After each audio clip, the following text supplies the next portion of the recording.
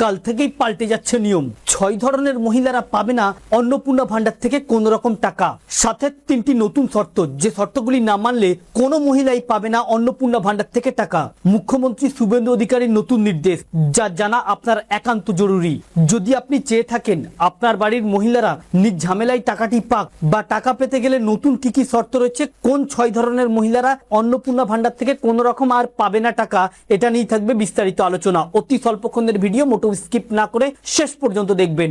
আলোচনা শুরু করার পূর্বে আপনাদের কাছে একটা রিকোয়েস্ট, ভিডিওটিকে অবশ্যই একটি লাইক করে জনস্বার্থে প্রচুর শেয়ার করবেন, কারণ আপনার একটা শেয়ার দ্বারা অন্যজনের জানতে অনেকটাই সুবিধা হবে। চলুন দেখে নেওয়া যাক বিস্তারিত। তো ফ্রেন্ডস, বিজেপি সরকার ক্ষমতায় আসার পর প্রত্যেকটি প্রকল্পের নিয়মে আসছে বিরাট বদল।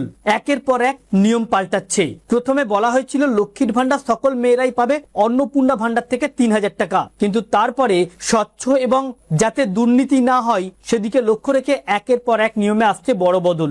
লক্ষ্মীর ভান্ডার যেমন ঘোষণা হবার পরেই ফর্ম ফিল আপ করে জমা দেওয়ার পরেই টাকা ঢুকেছিল প্রত্যেকের অ্যাকাউন্টে, অন্নপূর্ণা ভান্ডারে এই নিয়মটি থাকছে না। তবে লক্ষ্মীর ভান্ডারের তুলনায় দ্বিগুণ টাকা দেওয়া হবে অন্নপূর্ণা ভান্ডারে। বলা হয়েছিল যে 1 জুন থেকেই মহিলাদের অ্যাকাউন্টে ঢুকবে 3000 টাকা। তবে সব লক্ষ্মীর ভান্ডার মহিলারাই অন্নপূর্ণা ভান্ডার থেকে টাকা পাবে না। যেমন বলা হচ্ছে 6 ধরনের মহিলা কোন রকম অন্নপূর্ণা ভান্ডার থেকে টাকা পাবে না। সাথে আরো নতুন 3টি শর্ত।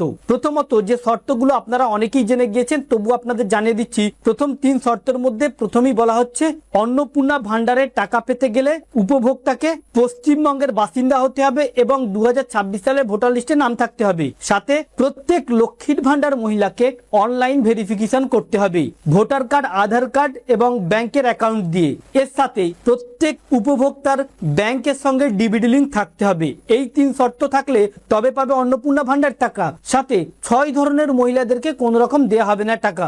বলা হচ্ছে আগামী 1 জুন থেকে লক্ষ্মীর ভান্ডার মহিলারা অন্নপূর্ণা যোজনায় টাকা পেতে গেলে তাদেরকে ভেরিফিকেশন করতে হবে। যে ভেরিফিকেশনটা অনলাইনের মাধ্যমে ডকুমেন্ট আপলোড করতে হবে। সাথে সেই ডকুমেন্ট যাচাই করবেন গ্রাম অঞ্চল বিডিও অফিস এবং মহকুমায় মহকুমা শাসক, এছাড়াও শহর অঞ্চলে পুরসভার আধিকারিক কমিশনার। এই ভেরিফিকেশন হয়ে যাওয়ার পরে বাছাই চলবে, যেখানে বলা হচ্ছে যে সকল মহিলাদের 2026 সালে ভোটার তালিকায় নাম নেই, মৃত অথবা অনুপস্থিত নাগরিক ছিল, যাদের ট্রাইব্যুনালে কোন রকম মামলা নিষ্পত্তি হয়নি, এই সকল মহিলারা অন্নপূর্ণা ভান্ডার থেকে টাকা পাবে না, লক্ষ্মীর ভান্ডারের টাকা পেলেও।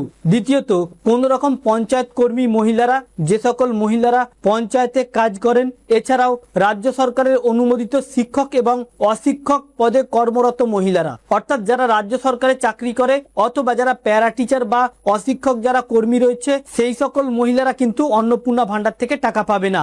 একই সাথে কেউ ইনকাম ট্যাক্স ডিপার্টমেন্টে কাজ করে, এই সকল মহিলারাও টাকা পাবে না। অন্যদিকে পেনশনভোগী মহিলা যারা পেনশন পাচ্ছে, সেই সকল মহিলারাও কিন্তু অন্নপূর্ণা ভান্ডার থেকে টাকা পাবে না। এছাড়াও সরকারি চাকুরি হতে পারে কেন্দ্র বা রাজ্য, তারা কিন্তু এই অন্নপূর্ণা ভান্ডার থেকে কোন রকম টাকা পাবে না। তো ফ্রেন্ডস, এই ছিল মূলত অন্নপূর্ণা ভান্ডারের টাকা পেতে নতুন নিয়ম, যা আগামী কাল থেকেই লাগু হয়ে গেল গোটা রাজ্য জুড়ে। আমাদের উদ্দেশ্য ছিল এই আপডেটটি আপনাদের সামনে উপস্থাপন করা, যাতে আপনাদের জানতে সুবিধা হয়ে থাকে। ভালো লেগে থাকলে ভিডিওটিকে অবশ্যই একটি লাইক করে শেয়ার করবেন। Thank you friends, thank you for watching.